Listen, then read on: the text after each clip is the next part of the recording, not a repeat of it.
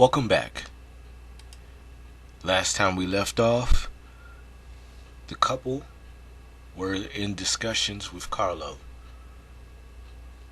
Nora went to the restroom to calm her nerves after Carlo made a confession. Douglas played it cool and kept conversing with the young man. Now that you're caught up, here we go. Nora's story, Scene 3. The young man paused for a second, actually thinking twice about what Douglas said. He thought to himself, I ain't trying to look like a sucker, but I kinda respect what he said. He must love her to put up with all this, unless he's just trying to protect his assets if they divorced. Think he's slick with his cold ass. You call that commitment? I say you're just trying to keep your assets from being divided. How much you stand to lose if Nora leaves you? 100, a good 250 million, and at least 2 summer homes? Carlo, you forgot. And a partridge in a pear tree, Douglas said while chuckling. Caught off guard for the second time, Carlo couldn't help but crack a smile while he shook his head. He wasn't aware of the old-timer's level of humor. He figured this must be why he still looked like a man in his late 30s, so unafraid to be himself and just live, even though they're talking about splitting time with a woman. Someone Carlo thought about bringing to meet Big Mama and them a month after this dinner. That's an obvious thing to worry about, but our prenup and other contracts are set to where the minute she made 10 million liquid and 25 million in real estate assets in her portfolio, she could leave with what she made, he said. All my homes are mine and hers are hers, fair and square. The bigger commercial projects, we each have equity that would make the divorce complicated since they're tied to the real estate firm I help fund. We'd have to include some of our investors in that process, and other people might not want to deal with the firm because of it. And I don't want to do that to Nora. Money isn't our main motivation because she doesn't need mine. Hell, in another 5 to 10 years, I'm sure she's going to have at least 80 mil by her goddamn self. Nora didn't tell you that, did she? I never wanted to be in your personal finances like that. I knew you were respected in your field and got pulled, but after a while, into us getting close, I kind of tried acting like you didn't exist so I can be with her, he said. As the two men continued their discussion, a hostess went to check on Nora for their waiter who stood outside the restroom door, waiting for an update to report back. The black shoes with slip-resistant soles stopped in front of the stall she sat in. The waitress asked if she might have experienced any signs of food allergies or needed anything. Nora thanked her and informed the young lady that she'd be back in a minute or so. The hostess remarked, "Okay, I will," before leaving, then telling their waiter. Nora pulled her panties up slowly while getting up from the toilet. She shimmied for a second or two to get them into a comfortable position. Nora then put her hands on her hips, looked up, closed her eyes, and exhaled slowly as if gathering positrons in order to create an outcome in her and Douglas's favor. She knew all of this wouldn't be resolved tonight, but if he could at least think about it once hearing her out when she returned to the table, then Carlo might be on board. Nora exited the stall and went to the sink. Looking in the mirror as she washed her hands, she inspected for any signs of puffiness or bags under her eyes. We can do this, she thought. I'm sure he'll do this if conveyed just right. If Carlo is there, he's probably willing to listen. But if he left, I must give him space and maybe let it go. It'll be tough keeping strictly business since we do have a contract with a security company, but his happiness does matter. She couldn't express scorn, for that wouldn't be fair. Nora knew this wouldn't be easy, but wasn't ready for her own emotional reactions. While drying her hands, she said to herself, why couldn't I be just a regular woman with a husband or a housewife or something less unorthodox? Nora knew of the history in some societies who've done such arrangements, so she didn't feel too guilty about going for it. Carlo will do what's best for him. All Nora could do was hope as she pushed open the restroom door. As she finished up, both men continued their initial face-to-face interaction. So I was just a mysterious figure in the shadows, huh? A black-ass Charlie and you scooped an angel. More or less. I mean, when you were with your first wife, would you want another guy in the picture like this? Be real, you as a young man, he said. No, I probably won't. But I will say this. I did her wrong a few times, and she got me back once that I know of. What? You serious? Yeah. We had our indiscretions, which I initiated, but we stuck it out because we loved each other regardless of all that. Whew! Thank goodness they're still just talking, Nora thought as she strolled to the table, head held high.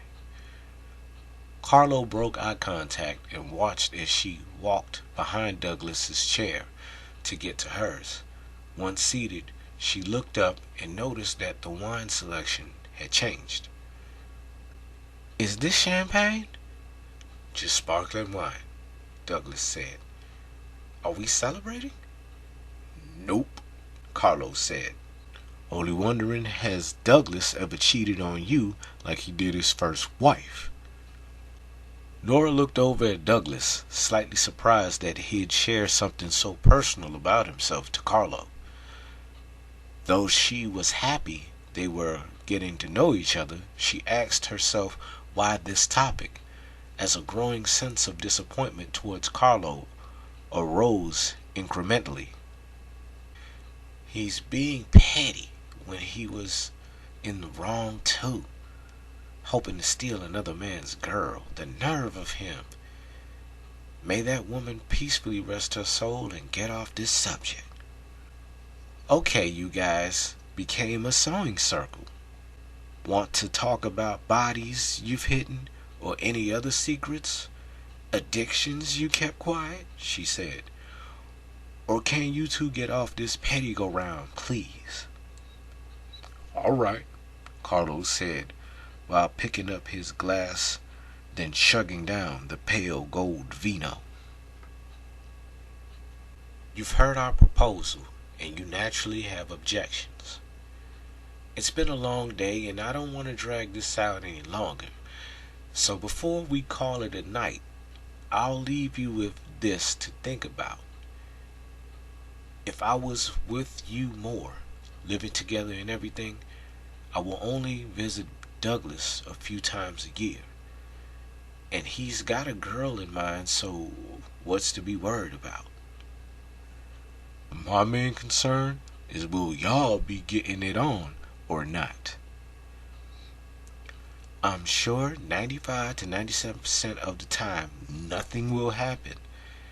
And with the remaining times, how would you know? You don't know if Douglas and I hooked up at the start of us getting to know each other, so what's stopping us now? You didn't want to know details then. This is different now. Plus, it seems like he's having all the benefits of this. New girl, his business and bank account intact, and he could smash my girl at any given moment. Even if it's a once every year thing, I still look foolish. How, when in our social circles you have me, and it's no one else's business except ours? To the public and among our colleagues, you're the man while Douglas is the old fuddy-duddy. No offense, dear. None taken, he said. Man, I don't know. Douglas sipped his wine during their exchange as he held a look of concern. Carlo's eyebrows crinkled with a face similar to disappointment. Nora crossed her legs and held onto the left one, both hands folded on her knee. She looked downward for a second, deliberating to herself what next. The people around them ate, drank, laughed, and talked, acted as the soundtrack in the duration of this silence. Okay, what if we mix things up sometimes? She said, which caused the two men to look into her direction. What do you mean? Yeah, what do you mean, Nora? Douglas inquired. In true businesswoman fashion, she set the terms.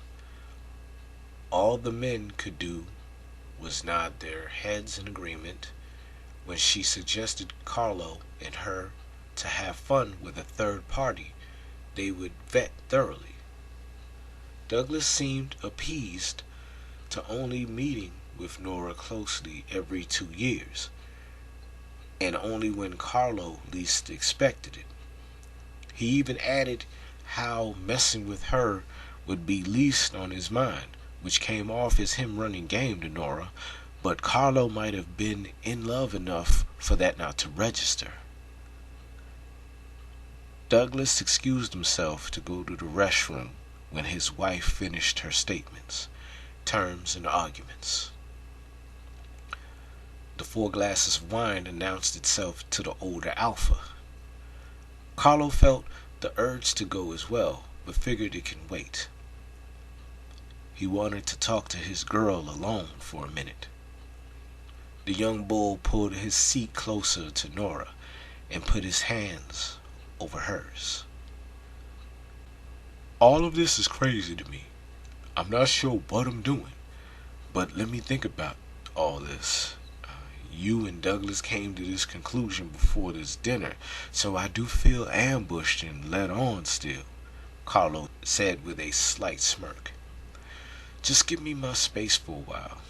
I'm not sure when, but you'll hear from me. All of this was unexpected, to say the least. That's fair enough. We owe you that. Douglas and I were not sure how to approach you. It was my idea to pursue you because I know you're worth it. You do mean the world to me. I only want to expand our empires. We all stand to gain from all this when you think about it. So please, my love, think about us. The two hugged and kissed passionately. Douglas stepped out right on time to see the final seconds of their embrace before he stepped back into the restroom undetected. I think he's on board, the old man thought. A unique situation to be in, but hopefully he'll let it go and let love do the rest. That was the probable ending of Nora's story.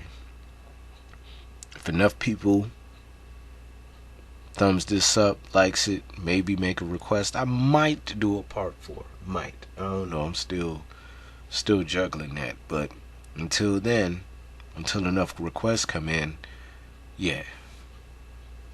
This the possible conclusion of Nora's story.